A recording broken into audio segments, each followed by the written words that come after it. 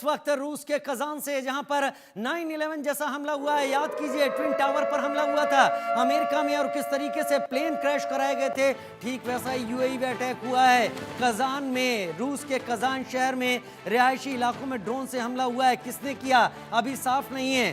शक यूक्रेन की तरफ जा रहा है क्योंकि यूक्रेन के पास ऐसे ड्रोन हैं जो यूक्रेन इस्तेमाल कर रहा है इस दौरान पिछले कई दिनों से इस लड़ाई में। कजान के बारे में भी जानिए। शहर जो तस्वीर आप गौर से देख रहे हैं इस वक्त, जहां पर यूएवी से हमला किया गया है, एक यूएवी जाता है और सीधे जाकर बिल्डिंग से टकराता है। इसी कजान शहर में अभी ब्रिक्स का सम्मेलन हुआ था।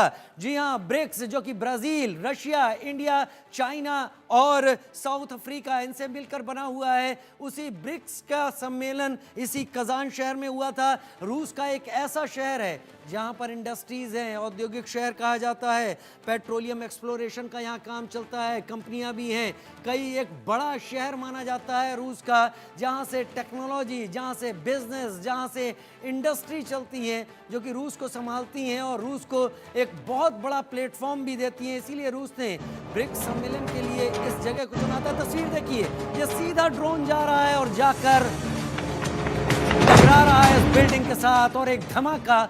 इस धमाके में अंदाजा मैं लगा सकता हूं कि ये कम से कम 30 फ्लोर की बिल्डिंग है और ये अटैक करीब 27वें से 28वें फ्लोर के करीब किया गया है, उस ऊंचाई पर जाकर किया।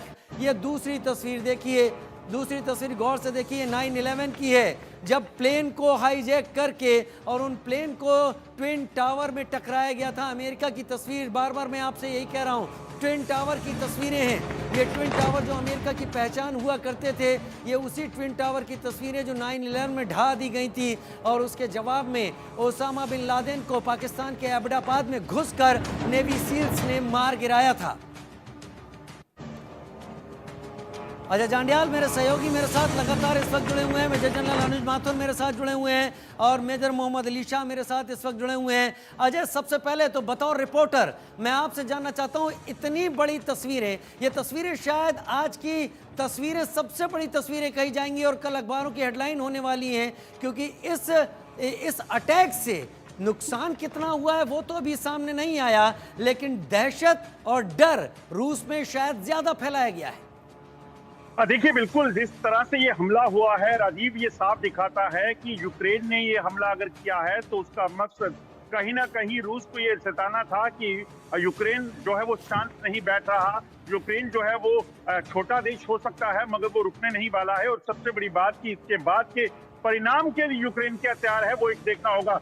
जिस तरह से ये हमला हुआ है कजान में, कजान जैसा आपने बताया एक बड़ा बिजनेस हब है और वहां पर हाई राइज बिल्डिंग को टारगेट करना दिन के उजाले में, उस वक्त जब पता है कि सर्दियों का मौसम है, बाहर तस्वीरों में दिखता है कि किस तरह से लोग पूरे तरीके से पैक हैं और इन बिल्डिंग्स के भीतर लोग होंगे। उन बिल्डिंग्स को टारगेट करने का मकसद बड़ा साफ है कि कैजुअलिटी भी करने की मंशा रही होगी। और 3 बिल्डिंग, एक नहीं एकाएक 3 हमले किए जाते हैं जिसमें ड्रोन में एक्सप्लोजिव भरकर उनके साथ हिट किया जाता है। और ये तस्वीरें सही कहा आपने कि आज की नहीं बल्कि पिछले कई महीनों में अगर आप देखें तो इस तरह का हमला और इस तरह से बिल्डिंग पर हमला जो है वो नहीं देखने को मिला था। और सीधे तौर पर ड्रोन को रखकर सीधे उनके साथ टकरा देने का मकसद बड़ा साफ है कि यूक्रेन जो है एक संदेश और एक बड़ा हमला करने का जो है प्रयास करना चाहता था, जो उसने कर दिया है। कितनी कैजुअलिटी हुई है ये साफ नहीं है, कितने लोग मारे गए, किस तरह से बिल्डिंग के भीतर कितने लोग थे ये भी साफ नहीं है अभी, क्योंकि वहां पर रेस्क्यू ऑपरेशन चल रहा है। मगर इस हमले के बाद सीधे तौर पर रशिया का क्या रुख होगा, रूस का। आप सही कह रहे हैं अजय, मैं लगातार अपने दर्शकों को जरा सा तस्वीरें बता दूं, ये क्या जगह है, मैं 10 दर्शक मेरे जान लें। रूस का तातारिस्तान स्टेट, इसकी राजधानी है कजान, जहां पर ब्रिक्स का सम्मेलन हुआ था, जहां पर भारत, चीन, रूस, साउथ अफ्रीका, इन जगहों के बड़े नेता उस वक्त पहुंचे थे। और तातारिस्तान की राजधानी कजान में यह हमला हुआ है। लेकिन ये केवल एक बिल्डिंग पर अटैक नहीं है, अभी एक एक करके और जगहों की भी तस्वीरें सामने आ रही हैं और धीरे धीरे वो भी आएंगी। सीधे आ रहा है, करीब 30 फ्लोर की ये बिल्डिंग होगी जो कि हम बता पा रहे हैं, और 27वें से 28वें माले पर जाकर ये ड्रोन टकराया एक्सप्लोजिव के साथ। लेकिन इसके अलावा एक और बिल्डिंग भी है, एक और बिल्डिंग भी, यानी ये अलग अलग जगहों पर ये हमला कर एक डर और दहशत फैलाई गई है। इस फ्लोर पर एवैक्यूएशन शुरू हो गया, जो धमाका था इसके बाद काफी ज्यादा हिस्सा टूटकर नीचे भी गिरा है। एक दहशत फैलाने की यहाँ पर कोशिश की गई है, लेकिन मैं लगातार जो जानकारियाँ मेरे पास आ रही मैं अपने दर्शकों को बता देता हूँ कि रिहायशी बिल्डिंग है जिससे लोगों को निकालने का काम लगातार जारी है। ड्रोन इमारत से टकराता हुआ दिखाई जरूर पड़ रहा है। मॉस्को से, अगर हम मॉस्को से दूरी देखें तो करीब 700 किलोमीटर की दूरी है कजान की, जो कि तातारस्तान की राजधानी है कजान, और ये एक बिजनेस हब है। यहाँ पर यूक्रेनी ड्रोन हमले के बाद कजान एयरपोर्ट, जो कि एक बड़ा एयरपोर्ट है, वहाँ पर रोक दिया गया एयर ट्रैफिक को भी। रूसी एजेंसी यहाँ पर दावा कर रही है कि 8 ड्रोन के हमले हुए हैं। हालांकि हम अभी एक तस्वीर आपको दिखा रहे हैं एक एक करके, हमें बाकी सारी तस्वीरें भी आपके सामने धीरे धीरे करके लाते चले जाएंगे। लेकिन ये 9/11 का एक दूसरा रूप यहाँ पर दिखाई पड़ रहा है जो हम आपके सामने रख रहे हैं। लेकिन यहाँ पर बहुत बड़ी बात, इन तस्वीरों के साथ मेजर जनरल अनुज माथुर आपके कमेंट के लिए मैं आना चाहूँगा। 2 दिन पहले ही पुतिन ने एक बात कही थी। पुतिन ने कहा था कि वो यूक्रेन जंग रोकने के लिए तैयार हैं, ट्रंप से बातचीत करने के लिए तैयार हैं। ट्रंप से बातचीत करने के लिए वो बेताब है कि चीज़ें खत्म हो, और पिछले कई दिनों से ट्रंप से बातचीत नहीं हुई है। तो क्या ये पुतिन की उस सोच पर एक हमला है जहां पर पुतिन ने यह कहा था कि वो जंग रोकने के लिए अब बात करने को तैयार हैं, या फिर पुतिन को कमजोर मानते हुए ऐसे बयान के बाद ये हमला किया गया? मैं आपको बता दूं, रूसी एजेंसी लगातार कह रही हैं ये एक जगह नहीं, ये 8 जगह हमले हुए हैं ड्रोन के साथ। ये 2 तस्वीरें हम लगातार आपको दिखा रहे हैं। एक तस्वीर जो कि 9/11 की है, अमेरिका में ट्विन टावर को गिराया गया, और दूसरी तस्वीर ठीक उसी तरीके से एक ड्रोन जा रहा है, बॉम्ब की तरह जाकर इमारत से टकरा रहा है। मेजर माथुर। हाँ, देखिए राजीव, क्या हो रहा है कि जिस प्रकार का हमला 9/11 को हुआ था, उसका जिस प्रकार का रिएक्शन अमेरिका ने किया था, उसी प्रकार का हमला आज कजान में होता है। तो आप उसी प्रकार के एक रिएक्शन के बारे में तैयार रहें, ये मैं आपको बताना चाहता हूँ। पहली बात यह है कि जैसे ही अमेरिका और रशिया पीस की बात करना शुरू करते हैं, ऐसा एक हमला हो जाता है। इसका अर्थ यह है कि कहीं ना कहीं कोई ना कोई ऐसी ताकत है जो कि नहीं चाहती कि यूक्रेन का युद्ध समाप्त हो। यह बात हमको ढूंढनी पड़ेगी। एक और मैं आपको टेक्निकल इशू बताने के प्रयास करूंगा। आप डिस्टेंस की बात कर रहे थे। यूक्रेन से कजान का डिस्टेंस 2000 किलोमीटर से ज्यादा है। अगर 2000 किलोमीटर तक मार करने वाला कोई भी ड्रोन यूक्रेन के पास नहीं है।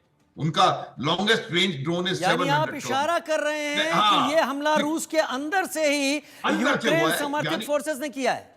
यस यस यस, वही मैं कहना चाह रहा हूं। तो इसकी ये भी बात समझने की है, क्योंकि अगर जिस प्रकार से उनका असैसिनेशन हुए हैं 2-3 न्यूक्लियर फोर्स के हेड का या जिसका भी, और ये हमला, ये तमाम जो है यूक्रेन जो है अपने एक्टिविटीज को हिंटरलैंड में रशिया की में एक्टिवेट करने में सक्षम हो रहा है। और मेरा यह मानना है कि इसका रेपरकशन सीधा सीधा, चाहे यूक्रेन का इसमें हाथ है अथवा नहीं है, इसका खामियाजा यूक्रेन को भुगतना पड़ेगा, क्योंकि जो रशिया का रैथ है, इसका जो रिटेलिएशन है, वो यूक्रेन के ऊपर ही आएगा। मेजर मोहम्मद अली शाह, 4 प्लेन थे 9/11 के टाइम पर, जिसमें से 3 ने ट्विन टावर को हिट किया था और चौथा अलग जाकर गिरा था। लेकिन यहां पर 3 अलग अलग बिल्डिंग पर हमला हुआ है। मैं कह रहा हूं 3, जो जानकारी हम तक आ रही है, रूसी एजेंसीज लगातार कह रही है 8 ड्रोन का अटैक है, और मेजर माथुर कह रहे हैं 2000 किलोमीटर की दूरी है तातारस्तान की राजधानी कजान और यूक्रेन के बीच में। इतनी बड़ी दूरी का ड्रोन अभी तक तैयार नहीं है, यानी ये हमला कहीं बहुत यूक्रेन समर्थित फोर्सेस ने रूस के अंदर से किया है। पुतिन के लिए कितना बड़ा खतरा?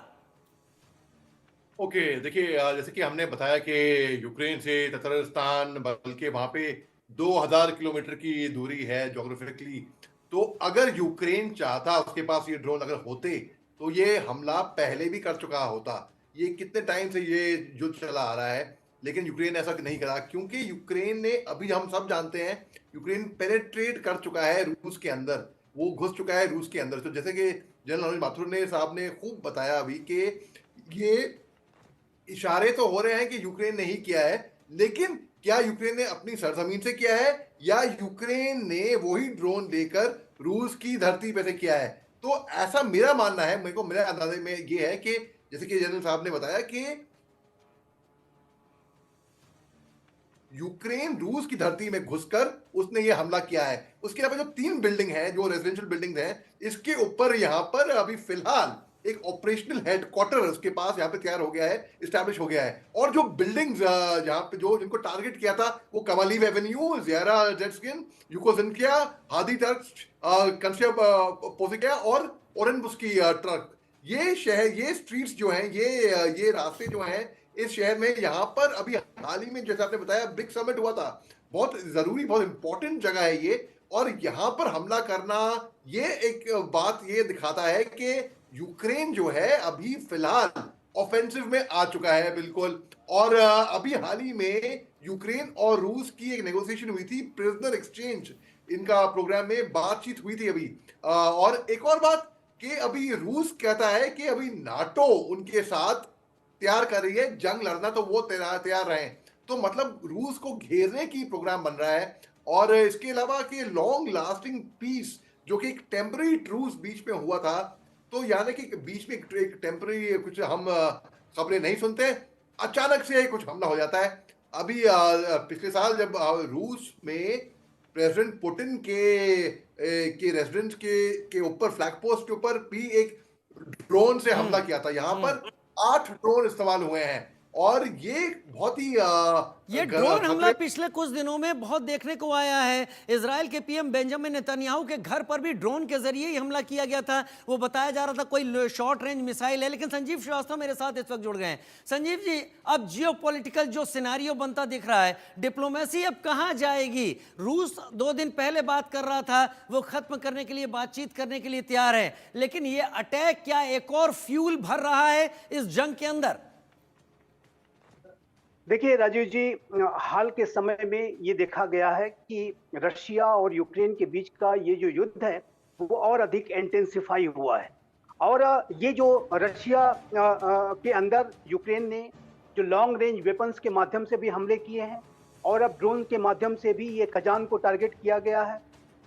यूक्रेन की ड्रोन्स की जो कैपेबिलिटीज़ हैं वो यहाँ तक की हैं कि वो राष्ट्रपति पुतिन के घर को भी, जहाँ उनका निवास है मॉस्को में, वहाँ पर भी एक ड्रोन के माध्यम से बहुत पहले उन्होंने हमला किया था। और जाहिर है कि यूक्रेन इस बात को जानता है कि डोनाल्ड ट्रंप जब 20 जनवरी को सत्ता संभालेंगे तो उसके बाद डोनाल्ड ट्रंप दोनों के ऊपर, यूक्रेन के ऊपर और रशिया के ऊपर, इस बात का दबाव डालेंगे कि वो नेगोशिएटिंग टेबल पर बैठें और बातचीत करें, और जैसा कि डोनाल्ड ट्रंप कहते रहे हैं। और रशिया की तरफ से भी अभी व्लादिमीर पुतिन ने एक जो बड़ी लंबी प्रेस कॉन्फ्रेंस की, उसमें इस बात को कहा कि वो भी बातचीत करने के लिए तैयार है। लेकिन यूक्रेन जो है इस बातचीत को लेकर के वो संदेह में है।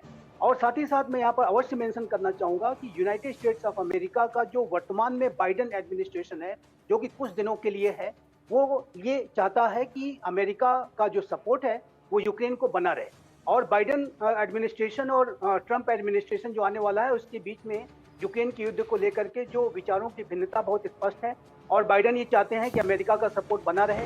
इसी वजह से मेरा ऐसा मानना है कि ये जो स्ट्राइक्स ड्रोन के माध्यम से यूक्रेन ने की है, उसको बाइडेन एडमिनिस्ट्रेशन की जो एजेंसीज हैं, वहाँ का जो इस्टेब्लिशमेंट है, डीप स्टेट है, वो सभी ने उसको इसमें मदद की है। और इस तरीके की पोस्चरिंग को करके वार्ता के पहले यूक्रेन इस बात को दिखाना चाहता है कि वो भी ताकतवर है, और वो भी जो है रशिया के अंदर बड़े हमले करने की कुव्वत रखता है, क्षमता रखता है।